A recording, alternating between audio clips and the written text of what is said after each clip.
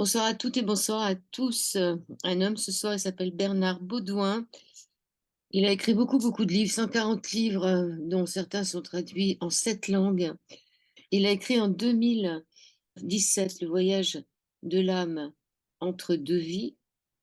En 2020, Le voyage de l'âme dans une nouvelle incarnation. Et là, on peut dire que c'est la trilogie, c'est Filaments d'éternité. Ça parle de connexion, de hors-temps, d'intraterre, de réalité ultime, d'itinéraire d'un éveilleur de conscience.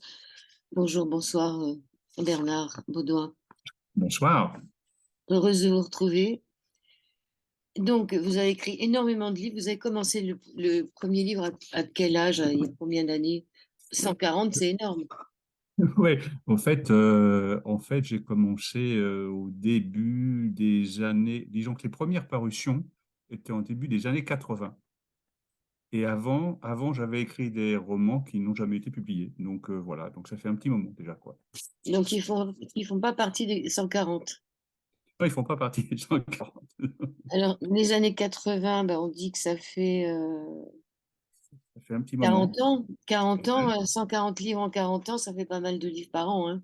Bah ouais, vous savez, quand on fait, à un moment donné, j'ai fait plein de choses, hein, j'ai fait 5 métiers, et puis à un moment donné, j'ai tout arrêté pour me consacrer à l'écriture, et donc du coup, à partir de là, bah, quand on a du temps devant soi et qu'on écrit tous les jours, régulièrement, pendant des années, bon bah, au bout du compte, ça compte, voilà. Bon, ça fait un peu plus de 3 livres par an, je viens de calculer. Finalement, c'est pas tant que ça. Quoique c'est des livres qui sont quand même, c'est pas des petits livres, hein, c'est pas des livres qui font 100 pages, c'est toujours des livres assez conséquents. Vous écrivez dans Filament d'éternité que vous avez reçu en canalisation un message d'un guide, je pense, hein, qui vous a dit que vous étiez guérisseur. Ça, c'était dans les quelles années, ça? Ça, c'était ce dont je parle dans Filament d'éternité. C'était bon. Moi, j'ai commencé à recevoir des choses en canalisation par écriture automatique il y a une trentaine d'années, en fait. Et là, concernant tout ce qui concerne l'intra-terre ou des choses comme ça, ou des communications dans d'autres dimensions, ça date de 2016-2017. D'accord, donc là, vous avez vécu une expérience assez bouleversante. Le 5 février 2016, alors, c'est ça l'année, parce que c'est pas dans le livre, c'est 2016. Oui, tout à fait. C'est-à-dire que bon, après, il y a effectivement une rencontre, et puis les choses s'accélèrent, et puis on apprend en communiquant qu'on peut communiquer différemment et qu'on a peut-être des choses à faire ensemble, en fait. Et donc à partir de là, les choses s'enchaînent assez rapidement. Et puis on reçoit des informations sur des choses à faire, sur des choses à transmettre, sur des informations à transmettre. Alors je suis pas Euh, je suis pas le seul à recevoir ce genre de choses, hein. Je veux dire, bon, ça existe depuis très longtemps. Bon, chez moi, ça s'est produit à un moment donné, après, dans mon parcours, après ce que j'avais pu vivre, après avoir étudié beaucoup les grands courants spirituels et toutes ces choses. Peut-être que c'était une forme de préparation, quelque part, je ne sais pas. Et puis, et du coup, les choses se sont enchaînées, et puis j'ai eu à nouveau des canalisations, j'ai reçu à nouveau des choses avec la sensation très nette et même l'information très nette, comme quoi effectivement, tout ce que je recevais, à la fois pouvait me servir personnellement et pouvait peut-être servir aux autres. Donc, je me suis engagé un peu plus qu'auparavant encore dans une dynamique de transmission, quoi. Cette expérience bouleversante, c'est que finalement, vous rencontrez, enfin non, vous rencontrez pas. Il y a une femme qui vient vers vous à la suite d'un livre. Tout à fait, qui rencontre un livre, qui rencontre le livre sur la transmigration des âmes, en fait, et qui me révèle qu'elle a vécu ce genre de choses, en fait. Et du coup, on en parle, on travaille dessus, et puis, puis ça vient confirmer apparemment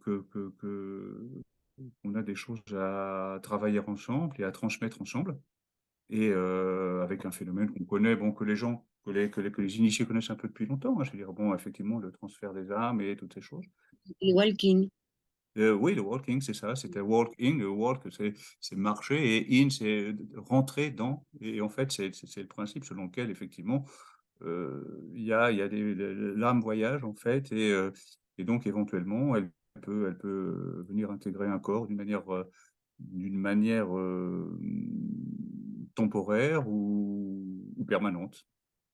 Oui, ça vous est pas arrivé à vous. Non, non, non, non, Mais non. donc cette femme qui s'appelle Alta, finalement, elle part en Égypte et là, elle revient complètement transformée. Tout à fait, tout à fait. C'est-à-dire que on est en contact et puis effectivement un jour elle part pour quelques semaines dans un voyage initiatique en Égypte, dans des endroits qui sont très particuliers, qui sont pas accessibles au grand public et tout. Et puis quand elle revient, effectivement, il y a une transmigration qui s'est passée.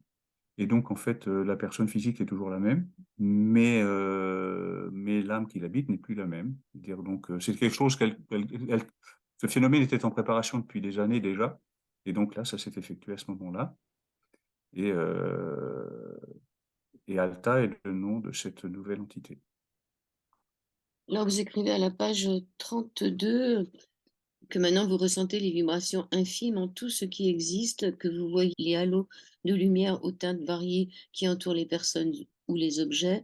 Des flux d'énergie intenses s'écoulent parfois interminablement de mes mains. J'entends des sons inaudibles aux autres personnes présentes dans le même lieu que moi, et lorsque je ferme les yeux, il m'arrive de visualiser des espaces et de faire des rencontres étrangement réelles. Ça, c'est arrivé juste après votre rencontre avec Alta. Oui, c'est-à-dire qu'en fait, moi, j'ai reçu une information comme laquelle, c'est-à-dire qu'en fait, bon, j'étais déjà réceptif à pas mal de choses, et puis j'ai beaucoup travaillé sur l'énergie ces dernières années, sur le fait qu'on n'est que de l'énergie et que donc les transmissions vibratoires et de fréquences et tout ça s'effectuent en permanence. Et puis j'ai reçu une information comme quoi, effectivement, il y avait une possibilité d'optimiser ça, de développer ça et d'être plus en contact avec tout ce qui existe et pas seulement dans ce qui est visible et perceptible avec nos cinq sens.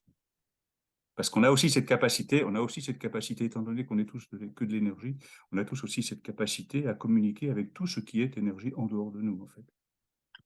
Alors, pendant des années, vous avez soulagé des gens, hein, je pense que vous étiez Mhm. guérisseur, mais est-ce que c'est à ce moment-là que vous avez refermé la porte? C'est-à-dire qu'en fait, ce qui s'est passé, c'est que je recevais effectivement beaucoup d'informations et il y avait des gens qui pouvaient m'appeler et puis sans me poser le moindre question, je pouvais leur raconter leur vie pendant 2 heures. Donc voilà. Et puis ça s'est accéléré, ça a pris une importance grandissante. Et du coup, à un moment donné, j'étais quand même beaucoup plus jeune et j'ai eu du mal à gérer ça parce que comment dire, c'est pas que c'était compliqué, mais disons que c'était très prenant et ça mangeait beaucoup sur le présent et sur ma vie du moment. Et donc, du coup, j'ai pris du recul par rapport à ça. Et comme je dis, j'ai un peu fermé le robinet, quoi. Donc, du coup, j'ai plus reçu d'informations. Et donc, j'ai mis un terme à ce genre de choses pendant des années, ce qui m'a pas empêché de travailler, d'écrire et toutes ces choses, quoi. Est-ce que vous continuez à percevoir tout ce que j'ai lu juste avant, là? Est-ce que vous continuez à voir les auras, les choses comme ça? Oui, c'est-à-dire qu'en fait, c'est un petit peu différent, si vous voulez, dans la mesure où j'ai beaucoup travaillé ces dernières années sur effectivement ce que disent les scientifiques, notamment avec la physique quantique, sur le fait que tout ce qui existe autour de nous, et nous-mêmes, et tout ce qui existe autour de nous n'est que des vibrations, hein, puisque les atomes, c'est simplement des choses qui vibrent en permanence. Donc tout ce qui nous entoure, tout ce qui vous entoure, vous, là où vous êtes, tout ça, c'est la même énergie, et en fait, avec des formulations simplement différentes. Et donc, quand effectivement on amène un peu notre taux vibratoire en connexion avec une vibration particulière, on entre en contact. Vous savez, la science dit aujourd'hui, reconnaît aujourd'hui que chacun de nos organes a une vibration particulière. Et les gens qui font des soins holistiques travaillent là-dessus. C'est-à-dire que les gens qui envoient de l'énergie, qui traitent les soucis de santé avec de l'énergie, ils travaillent là-dessus. C'est-à-dire on envoie de l'énergie qui va restabiliser, réharmoniser, régénérer un petit peu la partie du corps en question, en fait. Cette femme vous dit qu'elle a vécu un walking à l'âge de 5 ans lors d'une opération de l'appendicite. Voilà, c'est ça. Il y a eu déjà un début de contact et de transfert qui s'est préparé à ce moment-là. Il y a eu un moment de conscience par rapport à ça qui a fait que c'était en latence et c'était pas le moment, en fait, hein. Donc, il a fallu attendre très probablement que cette personne arrive à un niveau de conscience bien particulier pour que ça puisse se produire. Elle vous parle aussi de 3 êtres qui viennent de sa planète. Tout à fait. Alors après, si vous voulez, dès lors qu'on perçoit la possibilité ou qu'on accède à la possibilité qu'il y ait effectivement d'autres dimensions, hein, ça veut dire quoi? Ça veut dire qu'il peut y avoir effectivement d'autres formes de vie qui ne sont pas forcément matérielles, et donc après, il y a des connexions qui peuvent se faire avec d'autres lieux dans l'espace qui ne sont pas forcément répertoriés par la science officielle et classique, mais dont on peut percevoir une réalité bien particulière. Elle vous parle des éclaireurs de conscience. Ouais, Vous les ça avez c'est une, rencontrés, oui. ça c'est comment dire, un groupement d'entités qui sont en communication avec certaines personnes sur notre planète et qui aident, qui servent un petit peu de messagers, si vous voulez, pour effectivement éclairer certaines personnes qui, elles, à leur tour, vont éclairer les gens qui sont autour et toutes ces choses, quoi. Alors après, vous allez en intraterre, on est d'accord, mais alors j'ai pas du tout compris comment vous faites pour y aller, parce que ça m'a l'air compliqué. En même temps, vous descendez plein de fois, vous descendez, vous remontez. Oui, bah, c'est-à-dire qu'en fait, à un moment donné, j'ai reçu une information comme quoi il serait intéressant de me mettre dans une condition particulière et puis d'aller dans un endroit qui n'est jamais le même en fait, mais qui est un endroit très vibratoire. Et là, il y a effectivement ce qu'on appelle un vortex, c'est-à-dire que bon, c'est comme, comment est-ce que je pourrais dire, c'est comme un grand puits, si vous voulez, hein, qui va vers le centre de la Terre. Et là, bah, effectivement, il se produit quelque chose en pleine conscience, c'est-à-dire qu'il y a plus, j'ai plus conscience, je suis conscient, mais je n'ai plus de conscience de mon corps, en fait, et de la matérialité.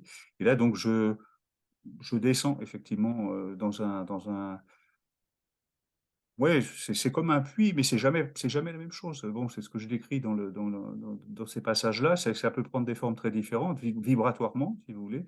Et donc, effectivement, après, je me retrouve dans un espace où il y a d'autres formes de vie, ce que j'appelle des entités, en fait, et qui sont vibratoires, hein, c'est que de l'énergie. Alors ça peut être des sons, ça peut être de la lumière, ça peut être de la musique, ça peut être du souffle. Et là, il y a effectivement toute une vie qui se passe et dans laquelle on peut recevoir, enfin dans laquelle moi personnellement, j'ai pu communiquer avec d'autres formes de vie et recevoir des choses, participer à des entretiens ou à des réunions, toutes ces choses. Ouais, la page 73, nouvelle arrivée. Ça, c'était le 8 septembre 2017. Nouvelle arrivée dans l'igloo, avec cette fois une précision supplémentaire concernant le grand vortex entouré de vortex plus petits. Le central, plus important, mène à l'intraterre et les petits qui l'entourent sont orientés vers le cosmos, diffusant leur énergie par le trou situé au sommet du dôme de l'igloo. Comment vous faites? Vous méditez, vous méditez pour y aller? C'est-à-dire comment vous vous mettez méditativement? En fait, c'est d'une très très grande simplicité parce qu'en fait, à un moment donné, je suis simplement dans un état de conscience très tranquille, très en paix, et, euh, et je lâche un peu prise sur tout ce qu'il y a autour. Et effectivement, les informations apparaissent et le processus s'enclenche, en fait, tout simplement. J'ai pas une demande particulière, j'ai pas une question particulière. Ça se produit tout seul et je suis simplement comme emporté dans cet univers-là. Et, et je, bon, c'est vrai que ça ressemble à, j'assimile ça à des voyages, si vous voulez. C'est un terme un petit peu générique, mais disons que ça, c'est toujours très, très, à la fois très riche en couleurs, très fort en termes de vibration. Et puis, c'est porteur pour mon sens, enfin, de ce que je dis dans le livre, ça a été porteur pour moi de grands enseignements sur la réalité de la nature humaine, sur l'existence véritable, sur ce qu'est la vie, sur ce qu'est la pulsion de vie, dans laquelle on est tous, mais dans laquelle tout ce qui nous entoure est également, quoi. Je veux dire, tout ce qui nous entoure, je veux dire, que ce soit les animaux, que ce soit les végétaux, que ce soit même les minéraux, il y a toujours cette matérialisation. Einstein disait que en fait, la matière n'était que de la lumière cristallisée, en fait. Et donc, c'est pour ça que je parle beaucoup d'énergie, parce que pour moi, c'est revenir à l'essentiel que de parler d'énergie, parce qu'on est tous que ça. Et la science nous dit d'ailleurs aujourd'hui que on a quasiment dans chacune de nos milliards de cellules la même énergie qu'il y a dans tout l'univers. Donc peut-être qu'on a, de ce point de vue-là, tous les potentiels et toutes les réponses à nos questions, quoi. Page 74, après être resté un moment immobile, au pluriel, hein, une forte énergie lumineuse a jailli de la poitrine de chacune des personnes présentes, moi y compris, pour venir se raccorder à la colonne de lumière verticale, en ce qui ressemblait à un branchement. Une forte lumière dorée a alors semblé envahir chacun des corps présents, comme s'ils étaient rechargés. Puis tout d'un coup, simultanément, tous les corps présents sont venus se fondre et disparaître dans la colonne, comme absorbés par elle, emportés vers le haut. L'intraterre, c'est genre, j'ai vu que c'était aussi le cosmos, hein, c'est une espèce de vortex entre Mhm. l'intraterre, le ciel Oui, tout à fait, oui. et nous. Alors, est-ce que vous pensez que c'est des choses qui peuvent arriver parce qu'il y a comme une reconnexion, un rebranchement, vous le dites. Est-ce que vous pensez que ça peut arriver à des gens la nuit sans qu'ils s'en rendent compte, qu'on est rebranché quand on dort, qu'on est reconnecté? Il y a des théories qui disent qu'effectivement, l'âme peut voyager, en fait, hein, quelque part. Il y a des connexions, il y a des moments où effectivement on peut être. Alors le rêve, souvent, on sait, hein, le rêve, souvent, c'est du domaine de l'esprit, du mental, de l'intellect. Ça fonctionne toujours, hein. On a une machine qui fonctionne très bien, le cerveau fonctionne très bien. Mais il y a des choses qui sont, vous savez, on pose souvent la question de savoir comment faire la différence entre ce qui est de l'ordre du rêve et ce qui n'est pas de l'ordre du rêve. Et la réponse que je donne le plus souvent, c'est qu'en fait, quand c'est un rêve, souvent, à moins que vous vous en souveniez tout de suite au réveil, le rêve, vous l'oubliez, en fait. Vous voyez, il y a pas, ça passe, c'est quelque chose qui n'est pas imprimé. Alors que quand c'était vraiment de l'ordre d'une connexion, ou quelque chose qui est de l'ordre d'un enseignement ou d'un message, ou qui traite sur oui, d'une connexion, d'une intuition profonde, ou quelque chose qu'on essaie de vous faire passer, ça, c'est des choses qui sont, et on a tous vécu ça, qui sont imprimées à jamais. C'est-à-dire que quelque part, on s'en souvient tout le temps, parce qu'à un moment donné, on a eu cette sensation, effectivement, d'être raccordé à quelque chose. Il y a quelque chose qui nous impacte, quelque chose euh, qui nous marque profondément et qui nous connecte véritablement avec un sens particulier à un moment donné, qui, comme par hasard, est en relation avec notre trajectoire. C'est très imagé, hein, c'est pas comme dans le rêve où on a du mal à saisir ce qui se passe. C'est vraiment des vraies histoires à chaque fois qui vous arrivent là-haut, enfin là-haut, en bas, dans l'intra-terre. Alors il y a le compagnon, enfin, il y a donc Alta, cette femme-là, et puis il y a Akhtar, on peut dire, et puis un troisième personnage qui est votre guide, donc qui n'a pas de nom. Et Akhtar, ça serait quelqu'un qui vient d'une communauté céleste qui assure le transfert des flux énergétiques et des entités entre les planètes et les constellations. Ce qui se passe dans l'intraterre, c'est que de l'énergie, c'est C'est que que l'énergie. Alors, Akhtar, lui, c'est pas ça. Enfin, quand je dis lui, c'est en particulier parce que c'est pas une personne, mais c'est une entité qui n'est pas de l'intraterre, si vous voulez, qui est plus au niveau céleste en fait, et qui effectivement, moi, il m'a été dit qu'effectivement je pouvais être en connexion avec cette communauté-là et qui s'occupe effectivement, enfin, qui œuvre à effectivement fluidifier, faciliter les transferts d'énergie entre les planètes, entre les différents lieux matériels éventuellement, et puis qui peut faciliter effectivement le transfert aussi des entités d'un endroit à un autre et toutes ces choses-là, quoi. Donc toujours dans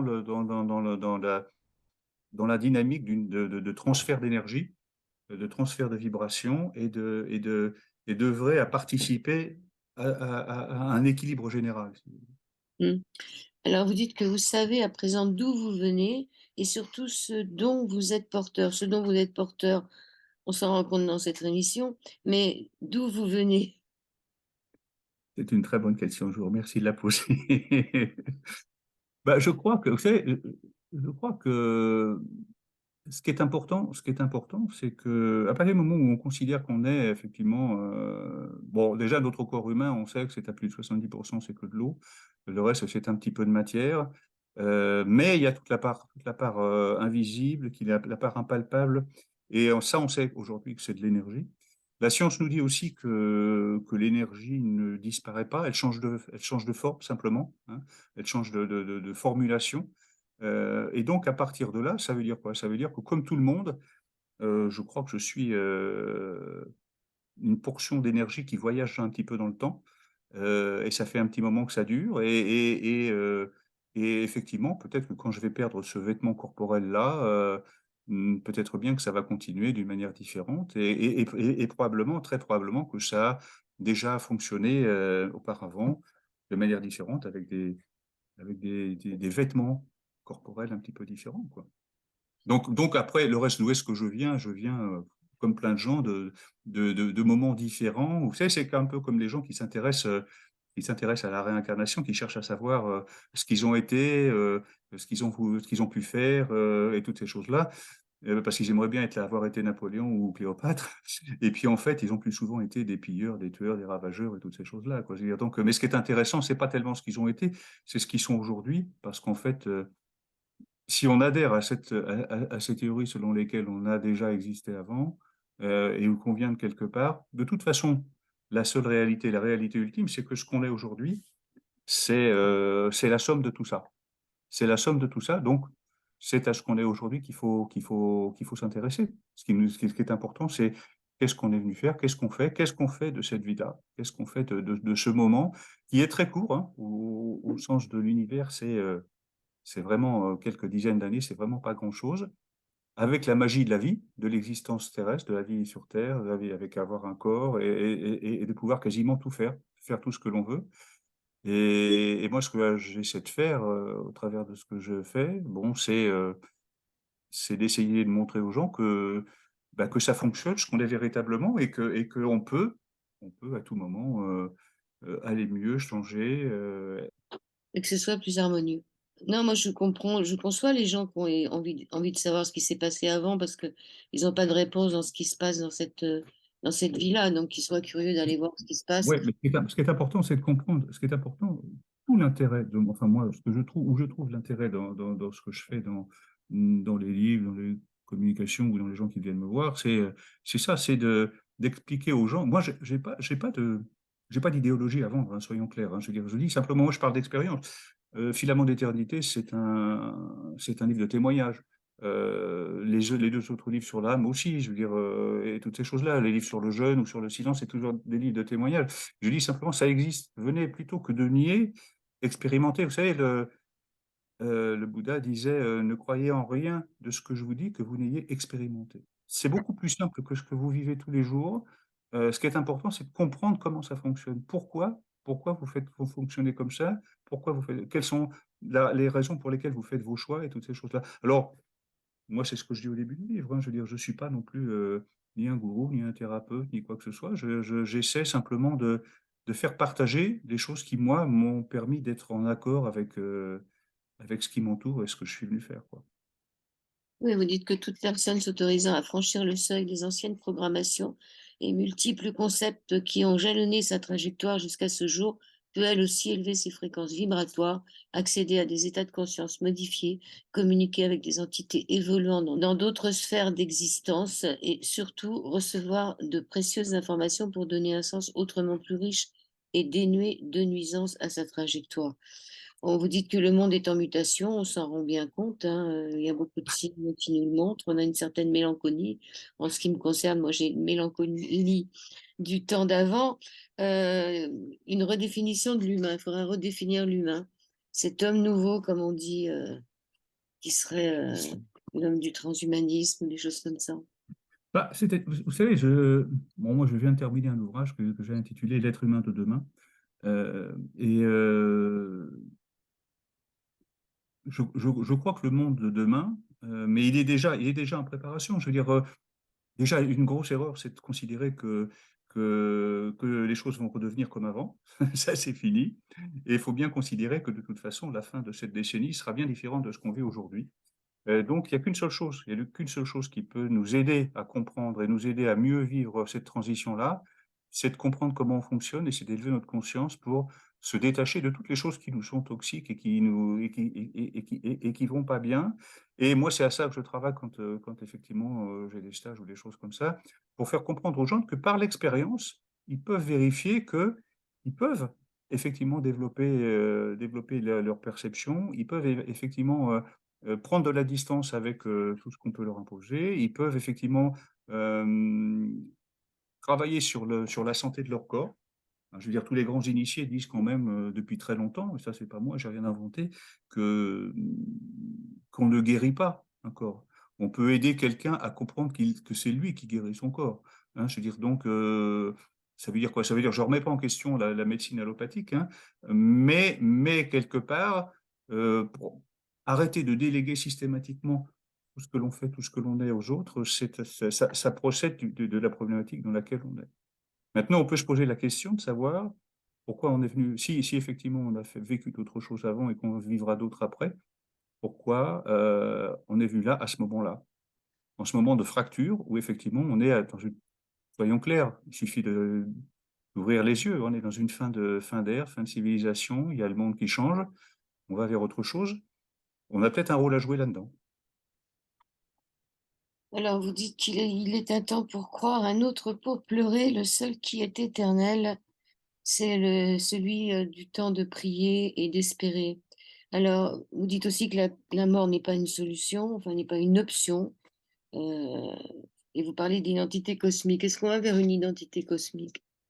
Bah, c'est-à-dire que je crois que on est chacun de nous possède, non pas d'une seule chose qui serait, notre corps avec toutes ses capacités, mais en fait, on procède de l'alliance subtile entre 2 constituants qui sont très importants. On a d'une part tout ce qui est lié à la matière, avec, notre corps, nos 5 sens, nos perceptions, le mental, l'intellect, l'ego. Et puis on a toute la part invisible qui est effectivement,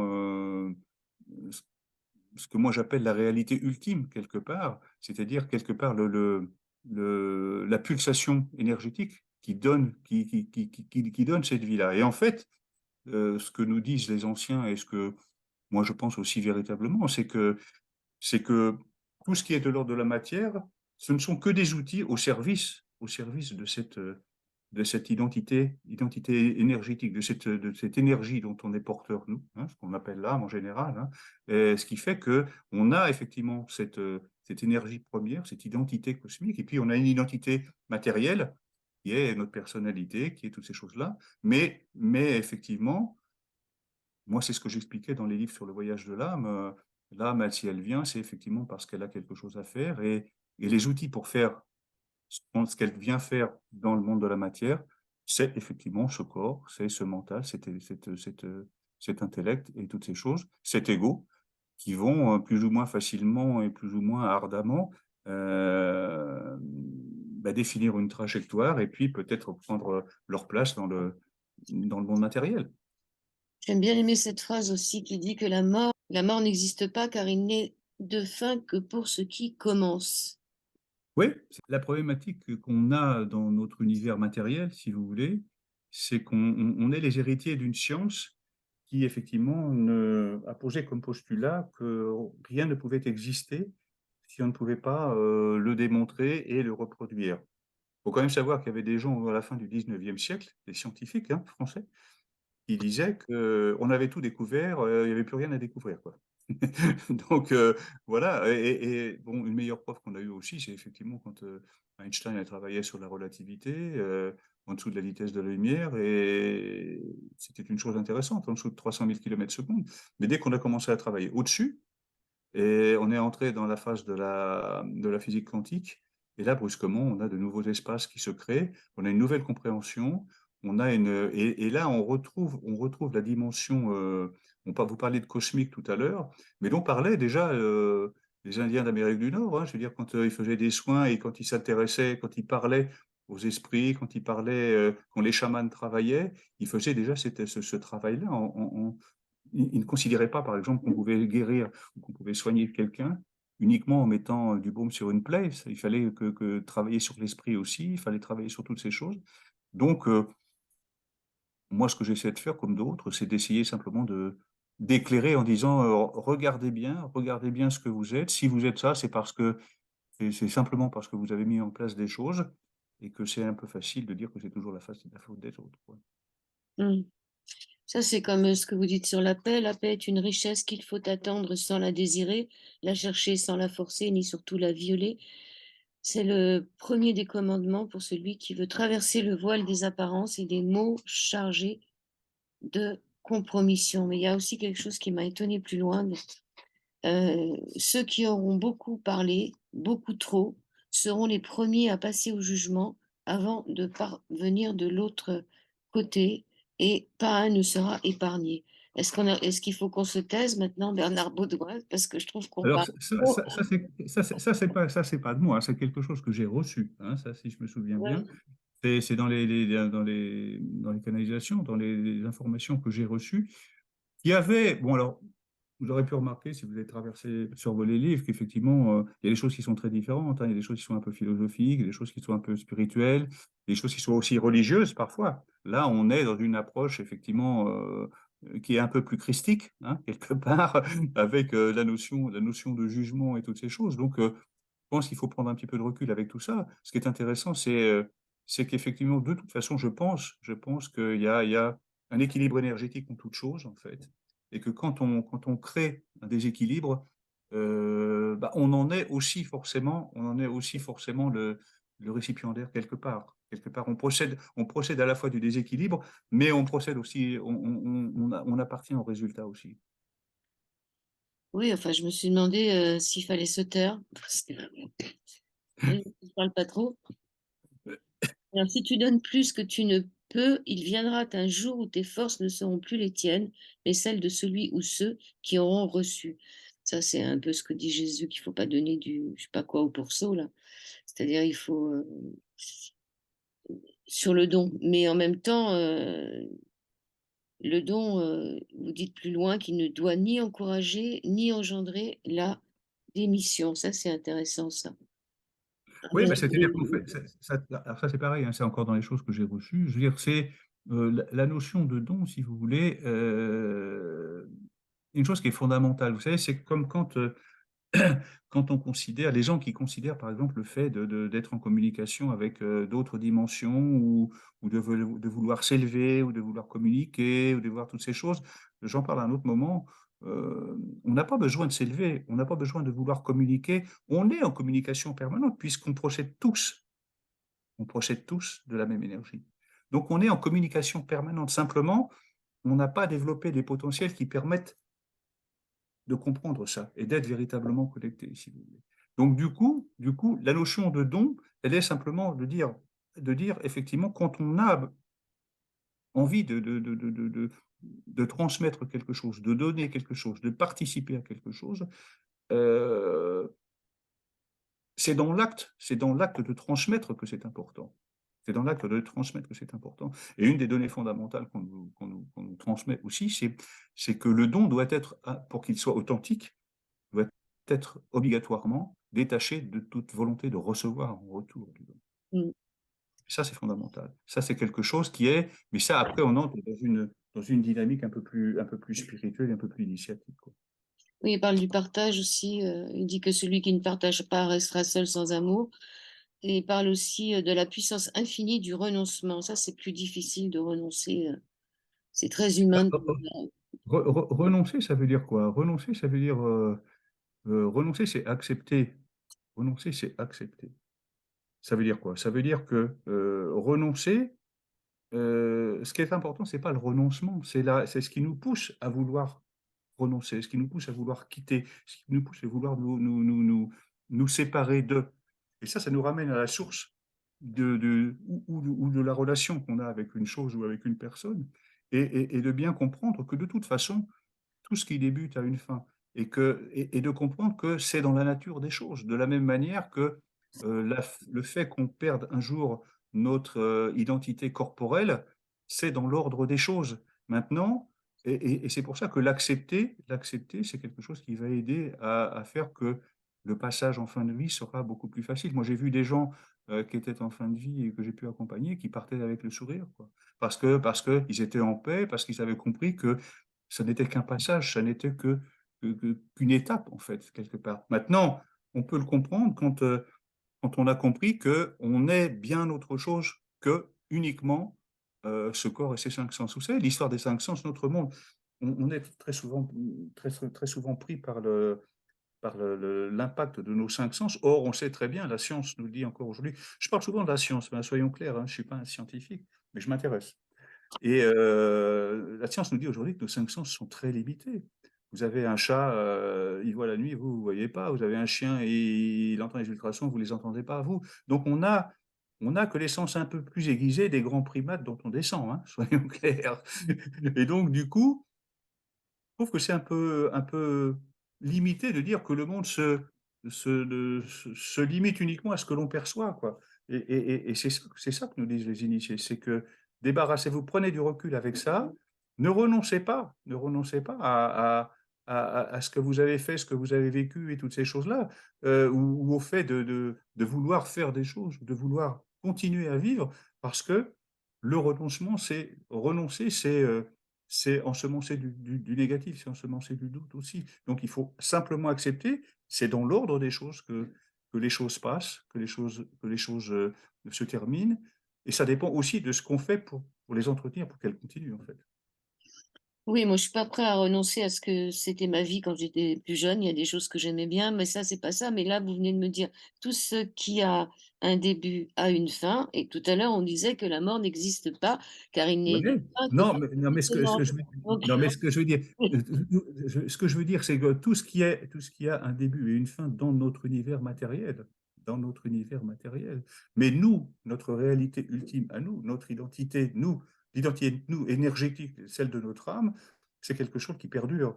Donc ça, bon, le problème, c'est qu'effectivement, il faut venir se nourrir de cette compréhension-là pour pouvoir passer les étapes. ok, ça remet les choses en place. Alors, il faudrait, bon, il ne peut pas y avoir le moindre doute, la lumière est une et indissociable. Et un peu plus loin, il y a cette phrase aussi qui me semble intéressante. L'ombre de la flamme est plus importante que la flamme elle-même. Pourquoi l'ombre de la flamme est-elle plus importante que la flamme Ouais, elle-même? sauf que vous l'aurez remarqué, une flamme n'a pas d'ombre. Donc en fait, ce qui est intéressant, si vous voulez, c'est que de l'énergie, c'est que de l'énergie. C'est-à-dire que c'est pas l'apparence des choses qui est fondamentale, c'est le sens de leur existence. C'est ça qui est important. Je veux dire, notre apparence à nous, si vous voulez, et c'est ça la problématique aussi du monde moderne dans lequel on est aujourd'hui, c'est qu'on est perçu et on est jugé et on est localisé ou interprété en fonction de ce qui apparaît, en fait. Or, notre réalité à nous, c'est pas. D'ailleurs, on vit tous ça, hein, on a tous un monde extérieur dans la matérialité, dans le monde de tous les jours, et puis on a tous un monde intérieur auquel souvent très peu de personnes participent, quelquefois même personne. Il y a plein de gens qui ont cette espèce de barrière qui est, alors on peut symboliquement dire que c'est la barrière de notre peau, en fait, hein, mais je veux dire, une espèce de barrière à l'intérieur de laquelle, si vous voulez, bah, on a notre monde intérieur avec nos pensées, avec, vous savez, on a 6000 pensées par jour et toutes ces choses-là. Et puis il y a le travail de toutes ces intuitions, de ces signes que l'on peut recevoir, de ces enseignements que l'on peut recevoir. Et ce dont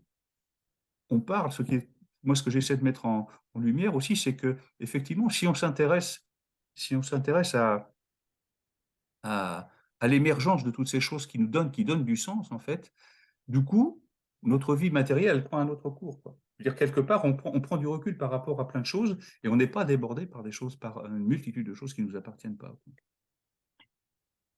Ok, en conclusion, vous dites qu'il n'y a pas de début ni de fin. Sauf pour ce qui est matériel, hein, d'après ce que vous disiez. Et alors, vous avez fini ce livre le 31 mars 2021 à Marcilly-la-Campagne, le 25 111e jour du 31 mars. C'est quoi ce 25 111e jour? C'était le nombre de jours que moi, en tant que Bernard Baudouin, j'ai vécu. Ah, vous avez fait le calcul, hein. C'est pas compliqué, hein, vous Ah oui, avez d'accord. des Non, non, applications. voilà. Non, moi, je pensais que c'était un truc cosmique encore. Non, non, mais non, c'est beaucoup plus simple que ça.